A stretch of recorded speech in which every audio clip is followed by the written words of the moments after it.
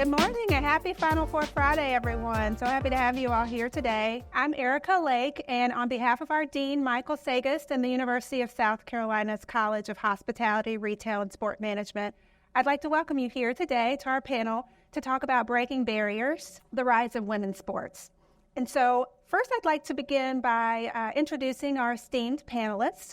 We have two women's sports scholars. We'll start with Dr. Neff Walker with the University of Massachusetts at Amherst. We have Dr. Tarlan Chahardavali with the University of South Carolina's Department of Sport and Entertainment Management.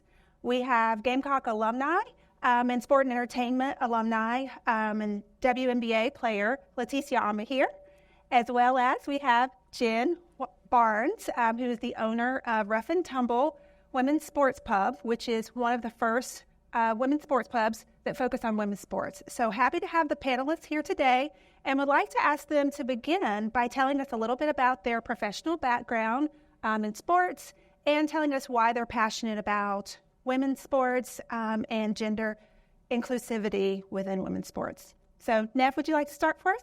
Happy to. Thank you for that introduction. So I'm Neff Walker, and how did I get into women's sports? Why is it important to me? Am I passionate about it? I played college basketball, from the age of 11, and decided eventually to get a PhD in sport management. And the reason why I wanted to get the PhD was because I had a lot of experiences that I found just weren't fair. So, for instance, I coached basketball eventually, and I played with the guys. And the guys made a whole lot more money. And I was just wondering, why aren't more women interested in coaching or working on the men's side to make more money? And I found the whole inequities to be unfair. So I really got my start from playing college basketball, growing up.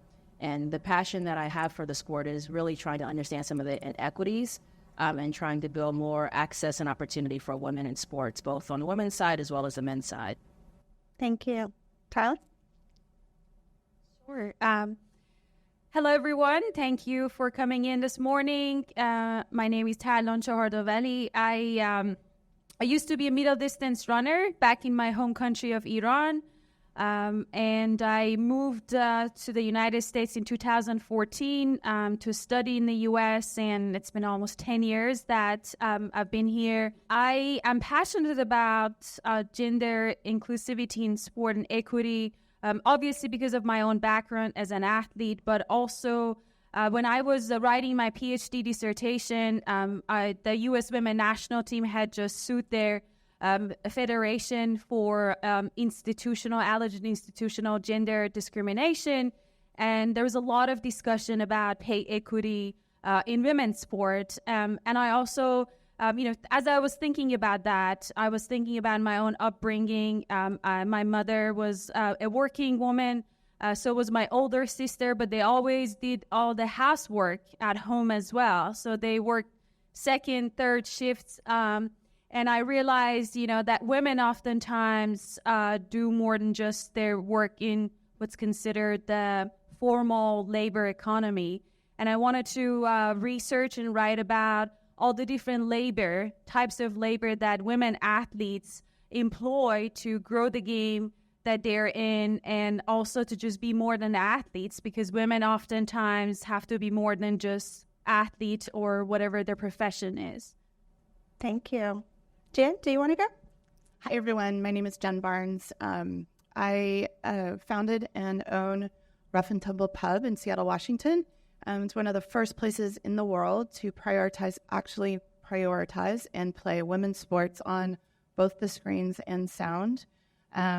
It remains incredibly novel, unfortunately, but fortunately it's something that is incredibly successful and is filling a void that I think many people didn't realize was missing. So for anybody here today who loves watching women's sports and women athletes, I think we all know to go out into a public environment, it's very difficult to find a TV screen at a pub or a bar or a restaurant that is actually playing women's sports, let alone more than just one sport at one game in a final championship style game. So that's something that we do right now. It requires engineering equality, but we hit that mark every day. And it's something that I'm deeply passionate about. It's something that is also, I think, something that many of you are also deeply passionate about, and that is something that's showing up on the other side. Rough and Tumble has been open for just about a year and a half. We're incredibly successful, and I look forward to seeing more of these places make space for women's sports, not just in one or two places in the world, but all over. Where I came from, I'm born and raised in Seattle, Washington. I spent the past 25 years or so actually in the corporate world as a C-level executive, mostly running other people's companies and working very hard to create spaces that were more equitable and more equal when it came to gender specifically. And so to be able to blend that with what I do now, which is bringing my passion for women's sports and women athletes to create space that builds community and builds fan base is something that's just brings me a lot of joy, and hopefully others as well. Hi, I'm Leticia Mehier. I attended the University of South Carolina, currently playing for the Atlanta Dream. And obviously mine really started, obviously I play the sport, but I think beyond that, I was part of numerous boards while at my time at South Carolina during SAC, so Student Athlete Advisory Committee. I was part of that board, the SEC board, and the NCAA. So just kind of seeing the discrepancies from even starting from college basketball, how the media has portrayed the women versus the men. So there's a lot of different topics on that. And then I also have a nonprofit where empowering women is a big thing for me. One of the key statistics has always been 1 in 3 girls always drop out sports. And kind of going back into it, I'm like, okay, the grassroots level, why is that happening? And there's obviously a lot of different variables, but kind of starting at, girls seeing women in sport, and then you're kind of seeing through the media how their stories are being told. So if our stories are not being told, and all of these wonderful women, the opportunity that we got through sports have been, life-changing. I know for me and probably for a lot of others, the opportunities that we got through sports are life-changing. And if those stories are not being told in the media, these girls aren't able to see how remarkable sports are. So there's just different factors that come into how sports can, transform a life. And I feel like one of the key things that I've always been an advocate for is just telling stories, just being able to show how incredible sports has been for us. And I think that with more visibility, I know that it's happening right now, but the more that we're able to show these incredible women in their stories, I think there's just going to be a lot more leaps in our sport. So I know it's happening right now, and I'm excited for the wave that is transcending, but I know there's just so much more work that can be done. Absolutely. Thank you so much for that, Leticia. Can I say something? Please, She's go so ahead. humble. She says, I attended University of South Carolina. She's not telling everyone. I mean, everybody probably knows that she's a champion, a national champion. So I love the humility. Absolutely. Absolutely. And we're thrilled to have you here today. So I appreciate that, Tarlin. Appreciate you, LA. So going along the same lines of, you talked about visibility being an obstacle and having women participate. Would love to have all of our panelists tell us a little bit about some of the other obstacles that you all see women facing in sport. And then on the other side of that, telling us about any creative or innovation that we can employ or think about to overcome some of those challenges. So anyone who'd like to start, feel free. I think there's a lot of stereotypes around just what a woman's supposed to look like, what a girl's supposed to look like. And I think that's a barrier that is difficult for a lot of girls growing up. When you grow up as a boy or as a guy, you're like, okay, you're throwing a basketball. The first thing that, you do these baby photo shoots, the first thing that guys do, it's a sport, it's a ball. But for a girl, it might be something a little bit more dainty. So kind of growing with that stereotype and then going into a sport where you're kind of shunned for showing emotions and showing grit and showing passion. I think that a lot of it has to do with a lot of different stereotypes that have been created. And sports is something that breaks all stereotypes. I feel like when you're coming onto the court, you're not this girl, you're not this dainty. Like, you're going into it as you. You're going into it as, I want to win this game, I want to compete, I want to be able to do all these different things. So I think that sports is a great way to break a lot of barriers, but I think a lot of it starts at the grassroots level where it's like you're being told how you're supposed to act. And I think that sports is a different way to kind of just be yourself. So I think just kind of breaking those stereotypes is one of the ways that would just encourage a lot of young women to join a sport.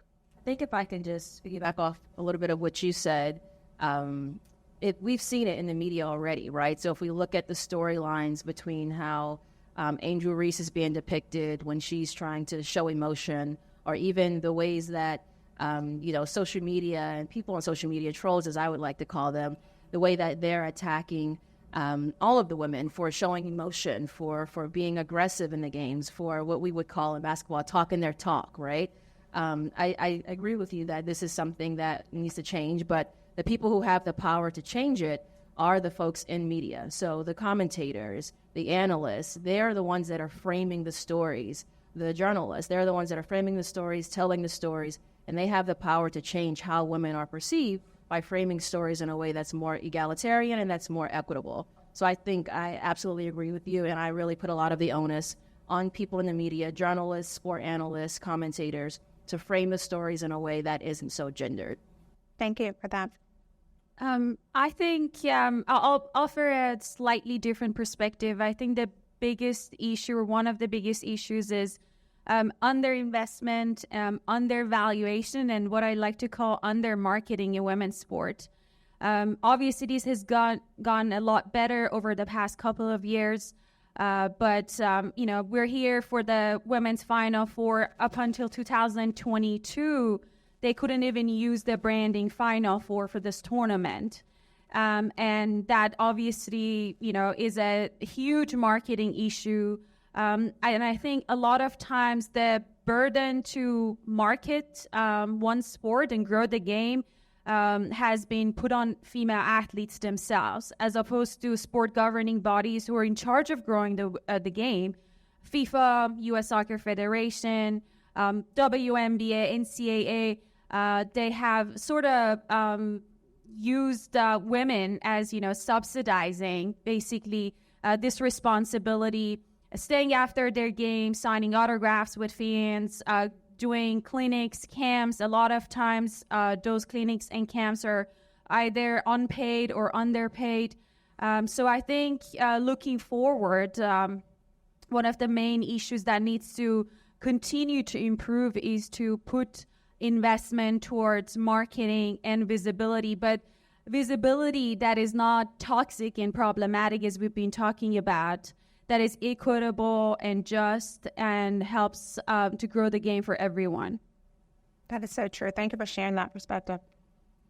Yeah, and I'm gonna piggyback on what all y'all have said here, and say that I agree wholeheartedly, and that I think there's another element to add into that, and that is actually getting the programming on the TV in the first place is really critical. I live with this every single day. I spend an inordinate amount of time in order to program what we're going to put on TV screens in order to get to that 50% equity mark. And it's because programming decisions about women's sports, what goes on linear cable versus streaming behind paywalls, versus content that doesn't get played at all, are made, it is changing a lot and quickly in the last year. I'm sure you all have seen this, but it's still nowhere near where it needs to be. And unfortunately, those decisions are continuing to, at the very top level, be made by mostly older white men. That is not representative of the current fan base. It is not representative of the players who are actually playing the game and who are the athletes. And it's not representative of the people in the front office, the marketing teams, the coaches, et cetera. So those things have to change. We have seen an increase from, roughly 5% to about 15 or 16% in the last year or two of sports being played, women's sports being played on media. But we have a long, long way to go. And so I think just circling back that it's really about investment, and it's not just time and free labor. It is monetary investment and really changing that programming, because if we can't watch women play and we can't watch women's sports, we don't have anything to get advertisers for, sponsorships for, and that all trickles down to athlete pay. And yeah, Jen, could I just sort of elaborate on something that you said. And I don't want to call them out, but my graduate student, Sherelle Riley, is here and has a fantastic opportunity post-graduation to work with Hershey. And has some insider information, right? And what I've come to learn from having conversations with them and understanding on the branding side is that these brands actually aren't even utilizing the rights that they have, right? Like they have rights to the women's side of the game, and they underutilize them. They don't send people out to activate for the women's tournament. They don't, like you both have said, invest in the same ways that they invest in the men's side. But what was most shocking to me is that they're actually just not activating on the rights that they've already paid for, which sounds just, absolutely ridiculous. So I think that's something that's really important. And I also think that's going to change, right? We already see it, that they're now activating in ways that they haven't, taking advantage of the rights that they have by purchasing the women's and men's game at the same time. And I look forward to seeing how that might change the game. If I could just also add a few other aspects of things that I see that are really barriers to building a brand. Tarlin, you basically said this, and I want to add on to the fact that the game has been artificially suppressed, right? And I think that's really important for us to acknowledge, is that it's not a mistake. It's not something that has happened because people aren't paying attention.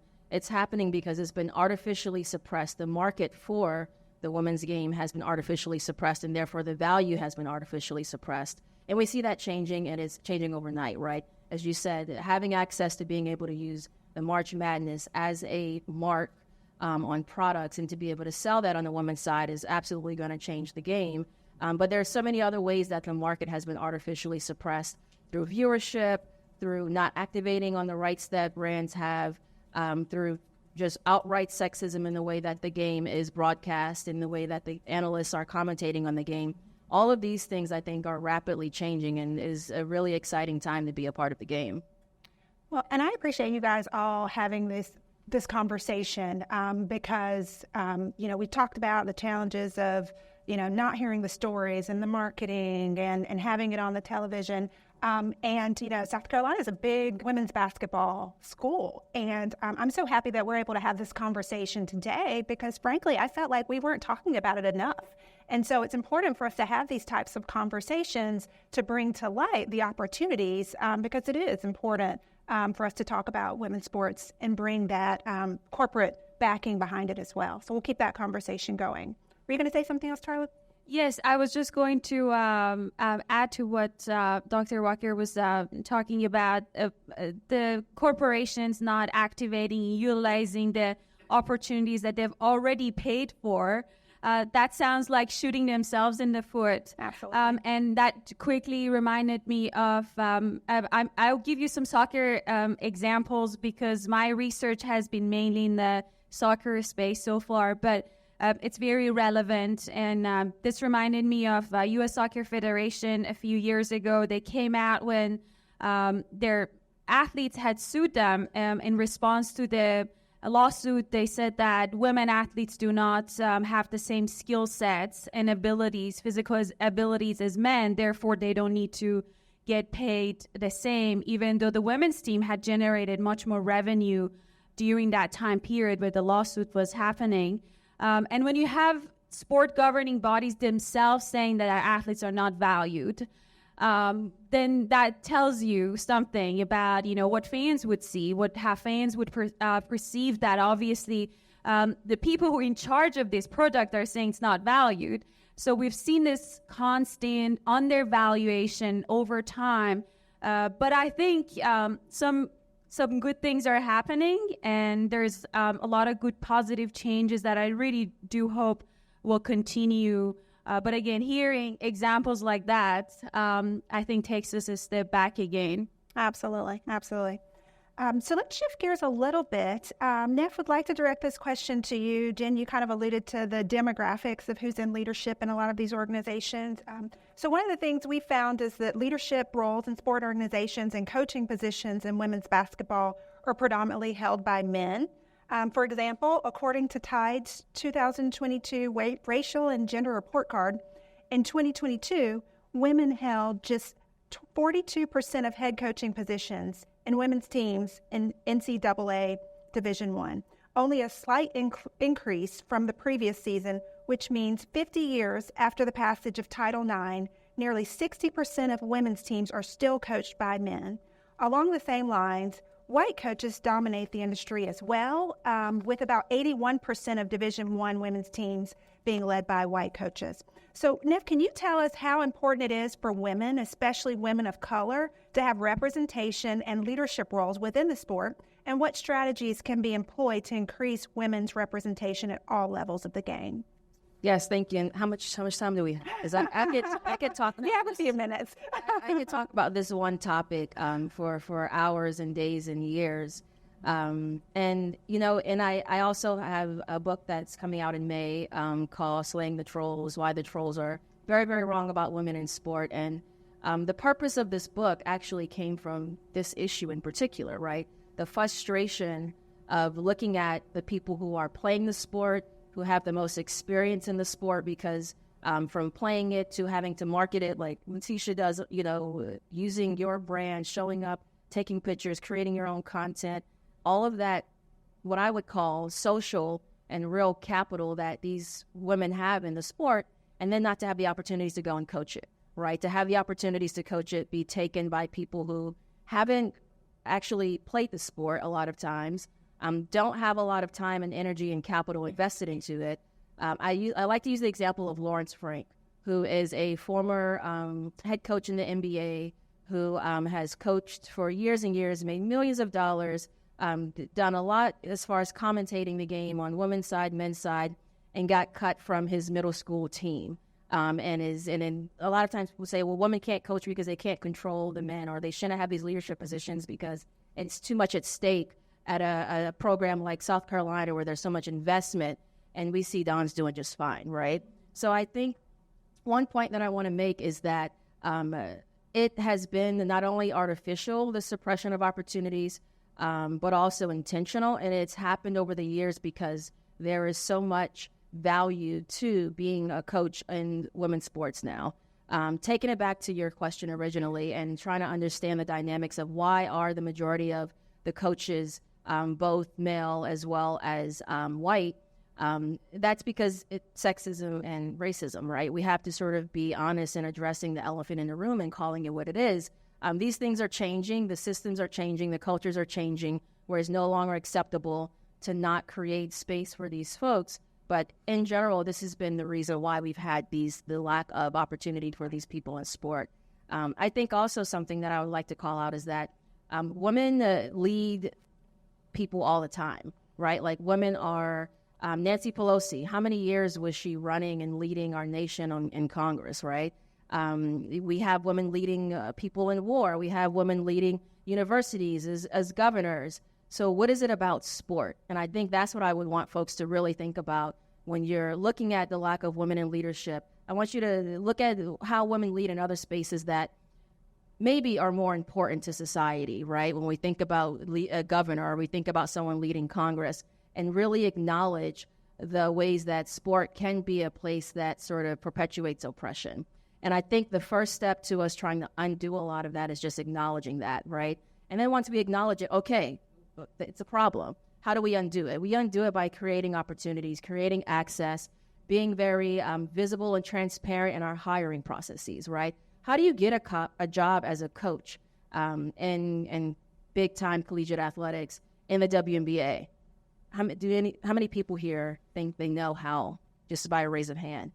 It's a mystery, right? Like, we don't really know how these coaches get their jobs. Create transparency so that we understand the process better, so that we're not allowing, sexism to creep in, or we're not allowing people to hire the same folks over and over and over as they do in the WNBA. I'll take another minute or two just to share some research that we've done on this. We've done some research to look at, okay, is there actually a gender difference? Should we actually be hiring men and giving men more opportunities to coach in women's sports in particular, but let's just say in sports in general? And the research that we've conducted in both men's and women's basketball, as well as men's and women's soccer and softball, shows that there is no gender difference in performance. And what that means is that it doesn't matter what your gender is. It doesn't impact whether you win or lose the game. So if there's no gender impact on whether you win or lose the game, why does it impact who is actually getting the opportunities and the jobs? And I think that's sort of the interrogation that we have to change the culture. We've done similarly with race, right? So we sort of did really big studies where we tried to control for all the other factors and see, is race actually influencing performance? So who was good at their job? And we found similarly, right, that race does not influence whether the team wins and who's most successful when it comes to coaching in a bunch of different sports, both at the professional and collegiate level. So what that means is that if we're finding that the outcomes are rooted and based on, and you can predict them based on gender and race, but it actually doesn't influence performance, then there's some inequity happening, right? And we can tease that apart. So I just offer both an interrogation, but also an acknowledgement of the fact that at the root of these issues is racism and sexism. And once we acknowledge that, we can begin to create more equitable opportunities for folks. Thank you for that. Thank you for your work, your important work. We appreciate it for sure. I think we have all alluded to the growth that we've all seen in women's basketball, in particular in women's sports. And so in recent years, Tarlin, we've witnessed significant growth and increased visibility in women's sports, even though we all acknowledge that we still have room to grow. Do you think this growth and rise in popularity should be attributed to the quality of emerging players or to a phenomenon of greater magnitude? I think we've talked a little bit about it, but tell us what you think. Yes, we are seeing unprecedented growth and visibility in women's sport. Just a few data points. You all probably know that the LSU-Iowa Elite 8 match was draw 12.3 million viewers, which was the highest basketball game, which was the most watched basketball game on ESPN, men's or women. It was a increase from 9.9 million the year before, the same two teams in the national championship. We've seen a lot of growth in other areas. And I also want to put a comparison here in the NHL Stanley Cup, same year, 2023, drew 2.6 million viewers. I mean, talk about people who say nobody wants to watch women's sports. And the Stanley Cup draws 2.3 million compared to 9.9, or you want to look at today's number for 12.3 million. I read some articles about LSU-Iowa game being the most wagered on women's sporting event ever. Just to shift our focus a little from away from basketball to soccer, there's a huge amount of return on investment in women's soccer. Seattle Reign, they just sold their club to the MLS men's team for $58 million, and that is a growth from $3.51 million in 2019. San Diego Waves, their owner, paid $2 million extension fee, and they're being sold for $120 million. This is an incredible amount of return on investment. It would take you 40 years in the stock market to get that much return. But, that is not enough for a lot of, what you say, trolls to, continue pushing this narrative that nobody wants to watch women's sport. But is this growth because of the rising stars like Caitlin Clark, Angel Reese, Juju Watkins, our very own Malaysia Fulwiley? I think partly. LeBron James certainly thinks that's the case. I watched an interview with him where he attributed today's growth and visibility to superstar players.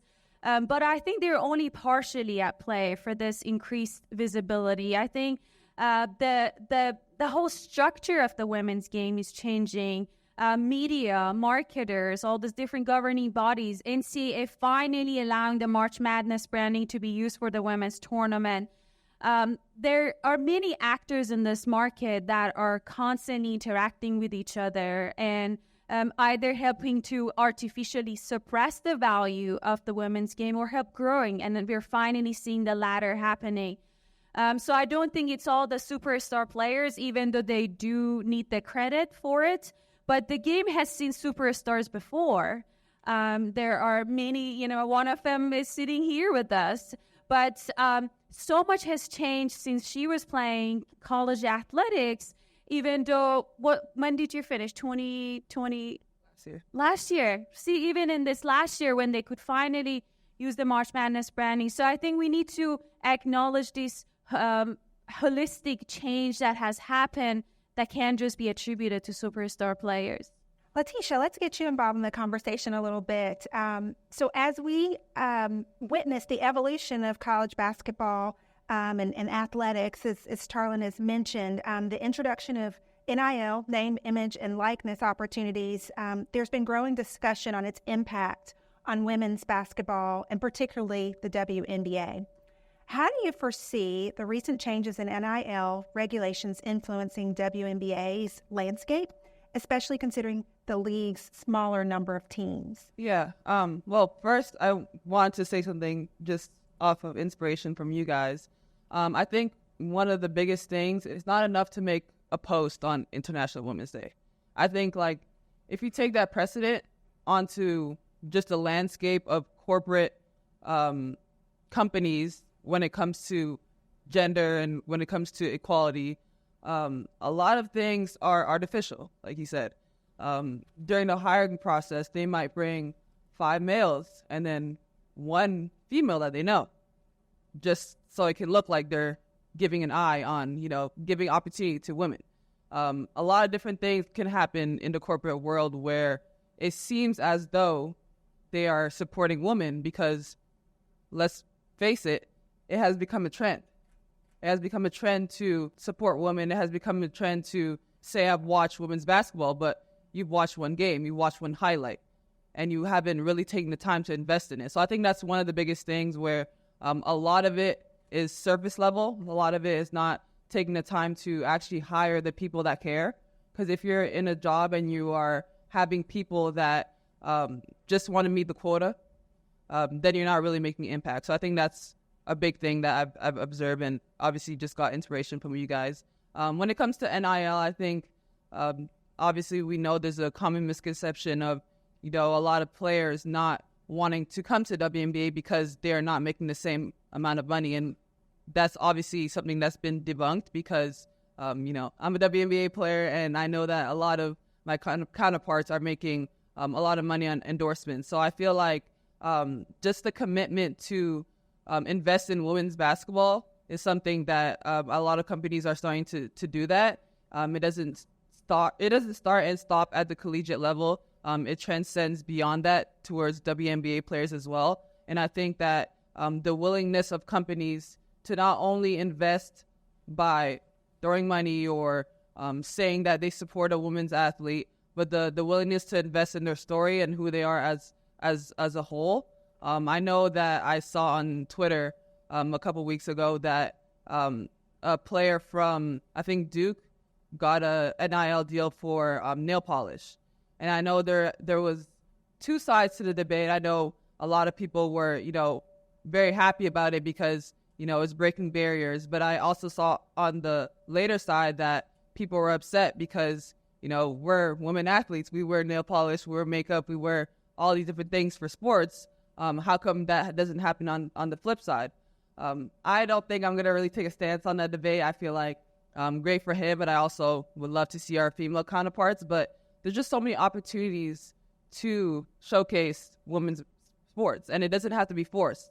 I know a lot of times people will see a video of Camilla where she got her hair tugged on, and they're like, what lace glue do you use? And they're like, I want to use that because, I do sports, I just run, but I'm not able to, get that retention. Just little tidbits like that where there's just so many opportunities where companies can literally be able to get visibility, but also do that in a sense where they're supporting women's sports. So I think there's so many opportunities that NIL has created. It has been so much fun to actually watch a game, and I'm watching commercials, and it's like, these players are actually players that I know, It's not, sometimes they'll hire somebody that obviously doesn't look like they played a sport in their life, but to actually see these players in commercials, and then that also comes with brand awareness, that also comes with, I forgot the term, my old professor would hate me, but It's kind of where you're able to pinpoint somebody off of a commercial, and you're able to kind of have that on top of mind awareness. That's kind of what it's called. Yeah, so you're able to see something, and that kind of sticks in your head. Like, who is that player? Maybe you've never seen them before. Maybe that attracts you to the sport. But all those opportunities that NIL has given us, where you're able to actually profit off your name, image, likeness. Because let's be frank, we have to do a little bit more than just playing basketball. Like she mentioned, we have to work on our social media. We have to work on all these other parts of who we are as a person. Just being able to do that and to partner with companies that matter, companies that may not shy away from who we are. And I think that kind of brings you more than an athlete. You're able to partner with other stuff that maybe you're passionate about. So I think NIL has been a great thing. I know that's something that we've all been working hard on to make it happen, and it's finally here. And I'm just excited for the waves that it's been bringing. Absolutely. Well, and that's encouraging to hear that it does translate from, the college to the WNBA as well. Can I interject? Yes. So Leticia brought up the idea that like watching people that actually play that like real professional athletes endorsing products and seeing them on the TV during the games and being like, oh, like this makes sense. The research backs that. There's research now that's 20 years old that suggests that people, regardless of whether they're experts and high level like Leticia or just an average Joe, they want to see people that look like what they expect to see endorsing products. So they actually want to see athletes looking athletic, endorsing the products that they're endorsing. So it makes sense that these women are getting these opportunities. It actually sells, it resonates with consumers more than the actors, right, that look like they shouldn't even be in this, commercial right now. So some research to support what she's saying. Absolutely. Just a little point on that. I know it kind of reminds me of, on TikTok, there's commercials and ads, and it's like somebody will be using something, and you're like, I don't know if, they are doing it because they're getting paid or they actually use the product. And it's like, if you're seeing these athletes use these products in games and you see, a positive return on it, you are more likely to use those games. It's like a free testing. Absolutely. So why not do it? So I think that's just part of it. Yeah, absolutely. So additionally, wanted to also ask you, related to the limited roster spots available, what are your thoughts on the challenges faced by women college basketball players who are drafted but ultimately do not secure a position in the league? And how can we better support these athletes in their transition from college to professional basketball? It's a challenge for sure. I think, the league is is made up of 144 of the best women basketball athletes in the world. And it's extremely lucrative. It's extremely tough to get into and to stay into. I think that we all want expansion. We all want, better for the league. And I think it all plays a part into women's basketball and women's sports as a whole. We are forced to not only focus on our sport and where we are right now, but we have to plan for the future. And I know I was having a discussion with her just not too long ago. It's not only about, okay, I'm going to go to the WNBA and, I'm going to be set. I made the league. Like, I'm sitting down. No, it's tough to stay in the league. So I believe that just the opportunities that NIL has created, I know that a lot of athletes that may know that they may not make a roster spot, they may stay a little bit longer in college. They may benefit from the NIL deals. I think just being able to build your brand as a whole, where you can go overseas, you can make a good amount of money overseas, and you can further your career that way. So I think that as a woman athlete, we kind of have to think about things outside of basketball, things outside of us only as an athlete. I know compared to men, they may go to university for 1 year, not even get their degree, and go straight to the NBA, and they have no worries behind it. I'm going to get my degree for sure, and I'm going to make sure that I'm doing the internships, I'm talking to my professors, I'm taking every opportunity that I have, because I know that the ball is going to stop bouncing, and I don't have as much security as somebody that is going to the NBA. So it just has to do with, building who you are as a whole. And I think it's kind of an advantage. I'd much rather, obviously I would love doing 1 year and going to the NBA and making millions, but I'm glad that I got my degree. I'm glad that I made these connections and that I'm able to see who I am outside of an athlete. And I think that in women's sport, we're kind of forced to do it, but I think it's a great thing that we're able to find out who we are outside of our sport. Absolutely, absolutely. So you're able to fully develop, but that's, the inequities that we're talking about on full display. You come out and you know that you have to have a plan B or C or D, and then the men come out and don't. And that's not okay, is what we're all saying, but you're making the best of that situation and developing yourself. Taryn, Can I add something real quick? Absolutely. Yes, that is women athletes having to be more than just athletes, Absolutely. It's, I think this is a great example of that. They have to be excellent, fabulous athletes on the field, but they have to be role models outside. If they ever make any mistakes, society is very unforgiving of that. Like male athletes get caught with like DUIs or domestic violence, and they're back in their games, after a few suspensions. But fans are very unforgiving of female athletes when they do make mistakes. I've actually been doing some research on that. So it is a lot of pressure. It's a lot of burden, a lot of responsibilities to be more than just an athlete. Absolutely. Thank you for that. Can I gas up Letitia real quick? Yeah, I just want to gas Letitia up a little bit. So playing in the WNBA is like playing an all-star game every single night. It is not like the NBA. We've done some research to examine sort of how difficult it is to make a WNBA team versus an NBA team. And it's much more difficult to make a WNBA team because of the smaller rosters, because of not as many teams competitively. And then also you have to look at the opportunities to play overseas. And yes, there are lots of opportunities to play overseas, which comes with a lot of baggage, as we've seen with Brittany Griner's situation. But also there are less still overseas for women. So like Letitia's good. Like elite. Because again, every single night that they play is like playing an all-star game in the NBA. Thank you for that. We appreciate you for sure. Jen, let's pull you into this conversation. You have built such a strong community and fan base out in Seattle. So building a strong and engaged fan base is essential for the sustainability and success of women's basketball. Can you tell us about the fan culture for women's sports and what the fan base is like and what strategies can be employed to attract new fans? Yeah, thank you. It's something I'm actually pretty passionate about. I think first and foremost, and this kind of goes back to our conversation, there just hasn't been enough investment, or at least investment at the same level as the professional men's teams, which means there's very little that's been actually put into marketing.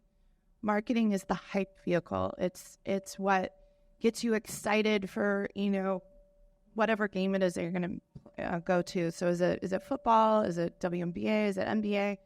It's the T-shirt that you're wearing. It's the pride that you take in your team and your athletes.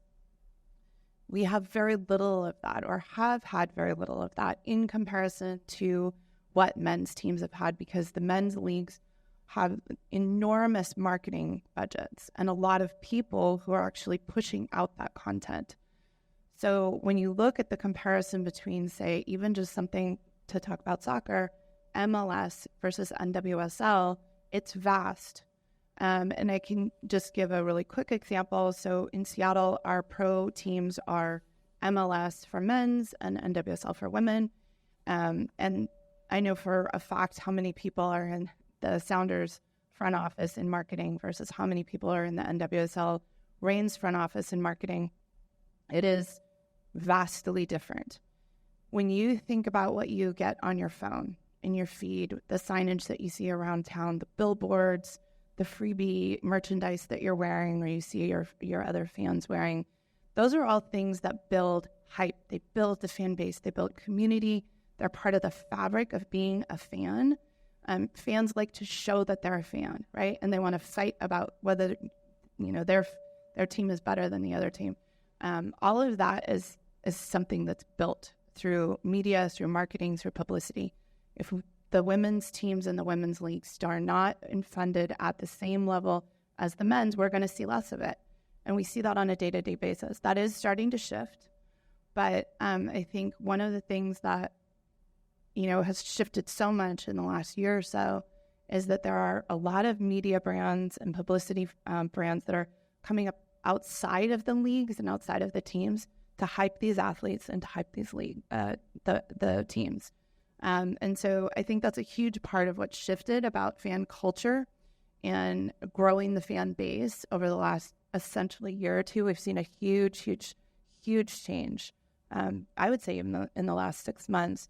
So you have brands like Together, you've got The Gist, you've got Just Women's Sports.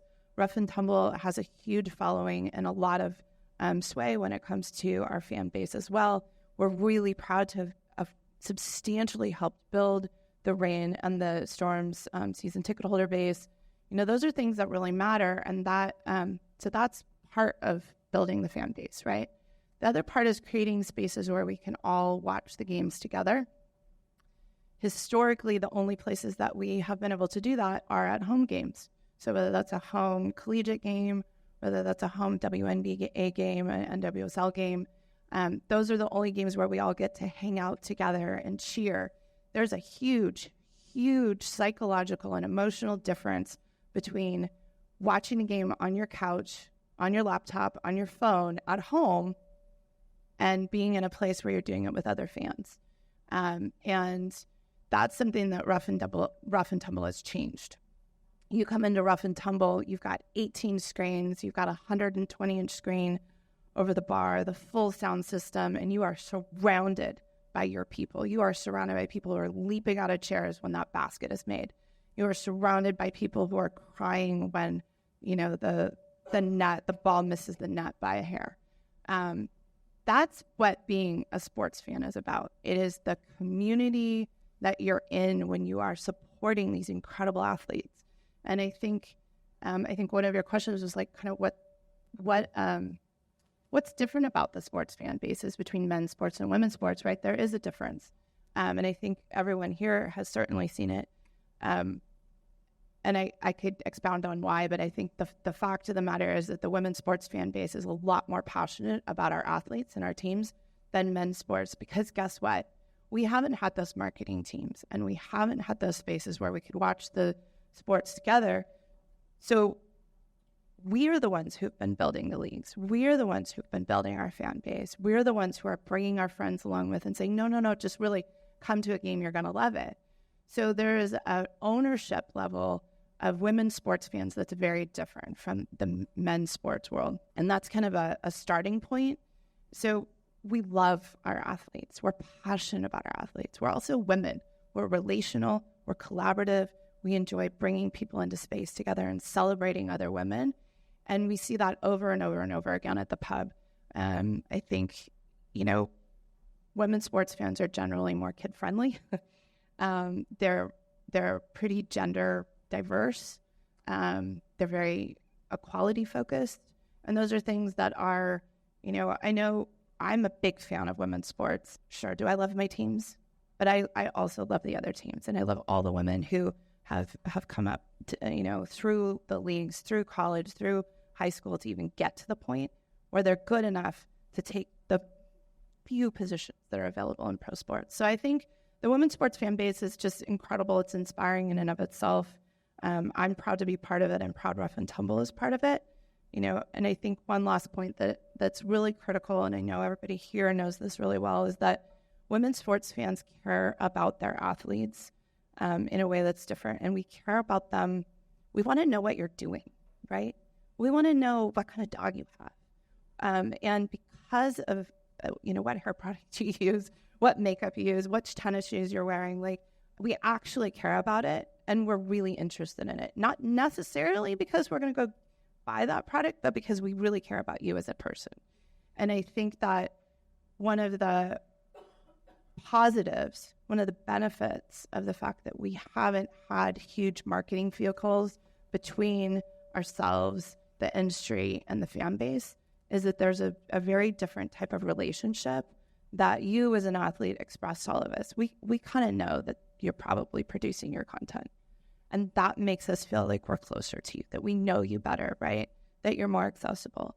And I think that the women's fan base, the women's sports fan base knows that. And I think it's something that really is a huge differentiator. And it's certainly a major differentiator for sponsors, advertisers, marketers who are looking at coming into this fantastic space to spend your money and invest. And it's, we're shifting how we look at it for sure. Anyway. Absolutely. Well, thank you so much for that. I couldn't agree with you more. I know we talked about last night that rough and tumble is a unique and novel concept, and you're bringing it to the East. And so we're excited to learn about it. We talked about, I said, is it only women's sports on your TVs, on your 18 TVs at Rough and Tumble? And you said, no, we do about half and half. And so we do believe that it's important for all genders to support women's sports. And so that's why we're talking about it today. We're all very passionate about women's sports, but we need everyone. We really appreciate all the men that are out there that are supporting as well. So as you think about the demographics, I don't know, what the demographics is like in terms of people that come to your sports pub, but would love to hear it, because I know that, when we go into Colonial Life Arena, there is, I think it's been said on television, it's the most diverse fan base that there is right now. And so we see all types of people, and we love it, and we need more of that. So would love for you to speak on that before we open it up to the audience to see if we can take one or two questions. Sure.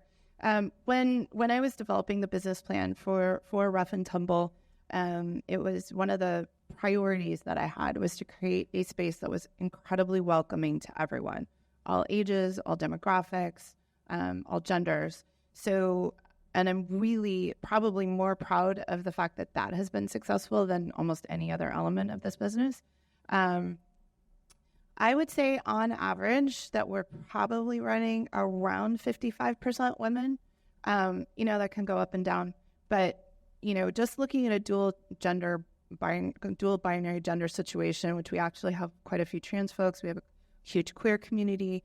But I would say, one of the bigger challenges was actually, as I was developing this plan, was honestly making sure that men felt welcome to come and support women's sports.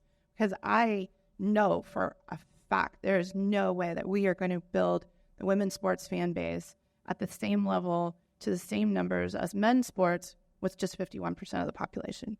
That's really critical that we all watch women's sports, that we all see the incredible athleticism, that we all enjoy and support our kids coming up through being fans and support one another. But, it was a huge challenge to figure out how to create this business that was so focused on equity and equality in a way that wasn't perceived as solely a women's only space. And so, I looked at everything from branding, from font, from colors, from design of the space, from how many TVs there were, from the perspective of being welcoming to both men and women. And I'm really thrilled to say that that's worked. We have a massive fan base of men who love women's sports, who may not have ever watched them a year and a half ago, but they come in regularly now. And I actually have a photo. There was a men's World Cup game last year, right after we opened. Lots of guys there. And then it went straight into the NCAA volleyball Final Four. I think it was the Final Four. It's a huge volleyball championships, lots of fun to watch. And then I have this photo of all these guys who are kind of sitting all over. Rough and Tumble is big. It's large. We have a capacity of 255 people, and we sell out regularly. There's some Seattleites over here in the audience, and they know to get in line for games. And these guys kind of sat on all these, different tables and stuff around the space watching the men's soccer. And then the photo that I have is they all had moved up to the bar. There was 14 guys sitting around the bar like this with their mouths open, like watching women's volleyball. And I kept hearing this refrain of, wow, I had no idea they were so athletic. I had no idea this was so exciting to watch. You see, she just landed on that table. It's just, it was beautiful to see, because guess what? Women's sports had not been played before. They just had watched it. It wasn't that they didn't like it. It wasn't that they weren't fans. If you're a sports fan, you're a sports fan. You just love watching sports, honestly. You may like one more than the other. You may prefer women's sports over men's sports, but you love watching sports. And that's what we saw happen. We see it happen all the time. So, I think that's something that's really important, is creating space for everyone to be a women's sports fan.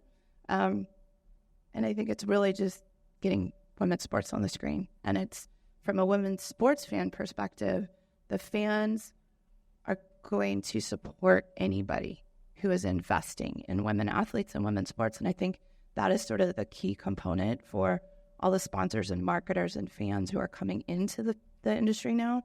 Just so great. They're here, they're going to do better because they're supporting women. And I think that, that's something that I know Rough and Tumble and I personally as the owner get commended for on a regular basis, because I took my own money and I'm investing in women's sports, and so I think the more we can do that, more positive we're all going to have, especially as fans. Absolutely. Absolutely. Well, let's thank our panelists for helping us to have this conversation, to be more supportive of women's sports and the environment in general. We have a lot of work to do, but I'm inspired by all of you women here today. You all enjoy the rest of this wonderful Final Four weekend. And go Gamecocks! Go Gamecocks!